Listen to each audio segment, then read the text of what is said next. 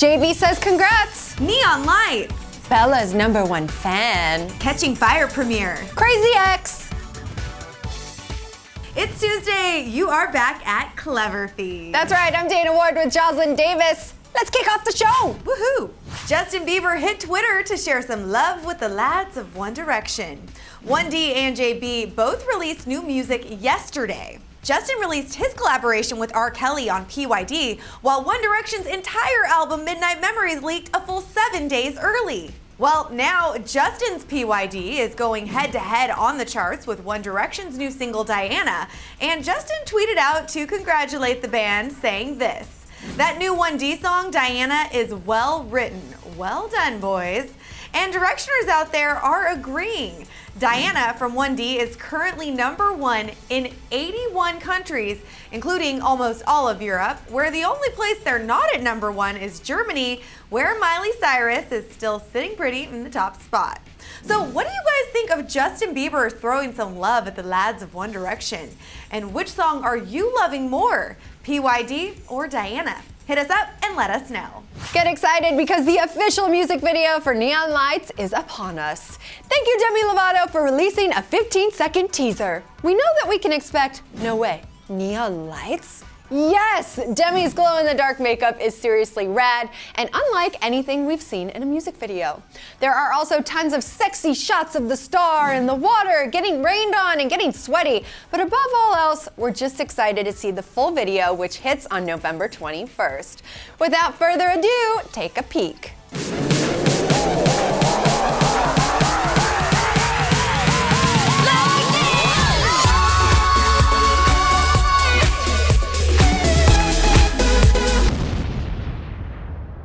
The musician also released some cool behind-the-scenes photos from the Neon Lights shoot, all in celebration of hitting 20 million Twitter followers. Congratulations. Also a big shout out to DL because of her inspirational book, Staying Strong. It just came out today. Plus, Demi is a guest host on The View this week, being shot in Disneyland, in addition to her normal judging responsibilities for The X Factor. How on earth does she have time for all of this? Go girl, go. So we caught up with one of our favorite ladies last night inside the Catching Fire premiere, Bella Thorne. She looked gorgeous, by the way. Oh my God, love that dress. And she, like us, is a big Jennifer Lawrence fan. And you guys might be surprised by who one of her biggest fans is. Take a look at what Bella told our cameras on the red carpet. Oh, and here's a hint. Ooh.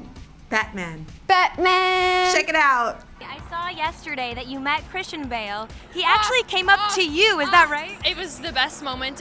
He's my favorite actor for male, so I mean, ever since I was little, I've always loved him, and I'm talking to Woody, who's in this film, and I was so excited because he's such a major homie, and like he was in pajamas, and I'm talking to him, and then Edward Norton shows up by my side, and I'm like, oh my goodness, act cool, Bella, act cool. And then we're talking for about an hour about planes, and he has a plane, and he just flies everywhere. It's just the coolest thing ever. And Christian Bale comes up, and he's talking to Edward, who's right next to me, and then he goes to introduce himself, and he stops and goes, oh my God, and his cute little accent, and he's like, it's Bella Thorne. And Woody gives him this really weird look, because I never said what I do to Woody, and he was like, from Shake It Up. You don't know who that is? I can't record my motorcycle shows because Shake It Up is on priority in my house. And he was just talking to me all night about it, and I was like, we should get a picture, not because you're my favorite actor or anything, but because your daughter. Right. That is so ridiculously amazing. I know. He is one talented actor. I could not agree more. And now that Bella is wrapped up with Shake It Up, she is really focusing on films when it comes to her acting. So maybe, just maybe, she and Christian Bale will share the screen at some point. I'd love to see that happen. Me too. Speaking of last night's LA Catching Fire premiere, we actually attended the premiere and the star-studded after party, and it was incredible. There were even models inside the party dressed in their best Capital Couture costumes. It was incredible, but we have to say the real action was out on the red carpet where the fans were in full force. Our crew out on the carpet caught up with the cast to get all the 411 on their favorite Catching Fire scenes, and of course, a whole lot more. Take a look. Yeah.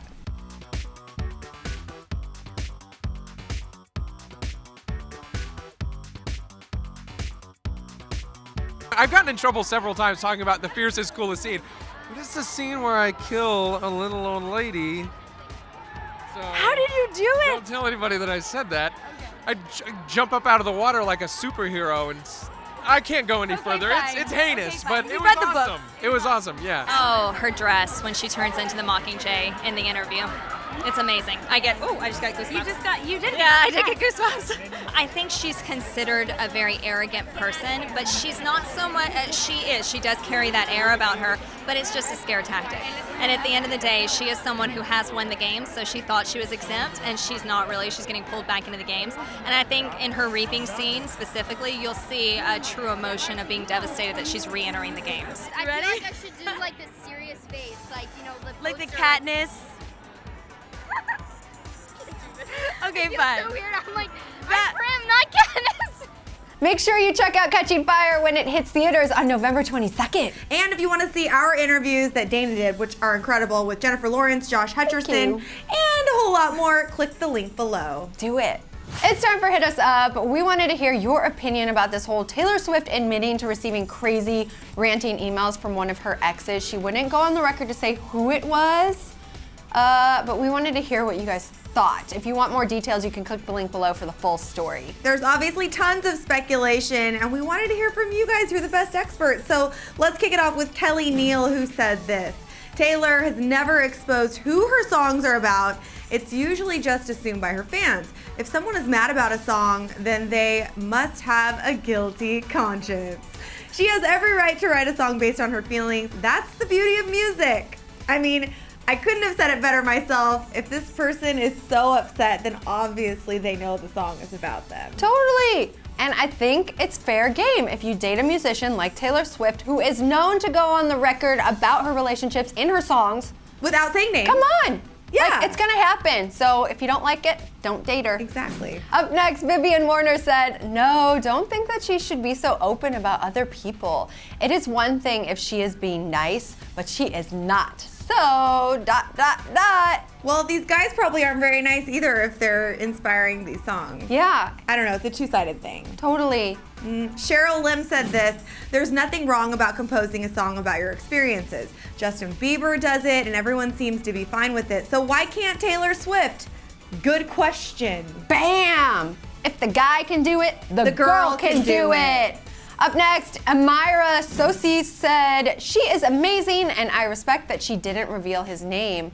The guy is probably John, but who knows? Ooh, I hadn't even thought of John Mayer. I was know. thinking actually Jake Gyllenhaal, but Yeah, I think it's John because she made the mention of a fellow musician. Oh, so okay. that kind of makes sense. Because we were discussing earlier, it doesn't make sense for Harry Styles because he just seems so nice and like the whole rumor that they might be rekindling their and that they're relationship friends and again. their love. Yeah. I just couldn't see him doing it since we know him so well. Yeah, he was so nice to us. Those 2 times we talked to him. Anywho, guys, we want to hear from you. Hit the comments. Let us know what you thought of all the topics we covered today. And like we mentioned, if you want more info on all the stories we talked about, just click all the links down in the info section. Oh, yeah, do You won't it. regret it. No, and you won't regret subscribing to Clevver TV either because we'll give you all the latest entertainment dish you can handle. Oh, yeah. I'm Dana Ward with Jocelyn Davis. We'll see you guys tomorrow. Bye, guys. Hey everybody, we're Boyce Avenue, and this is a brand new song called Your Biggest Fan. I've never been the crying kind, and for you I will.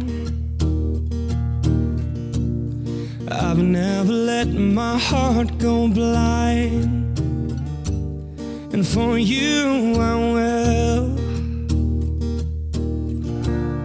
I've never laid my head down in somebody's arms.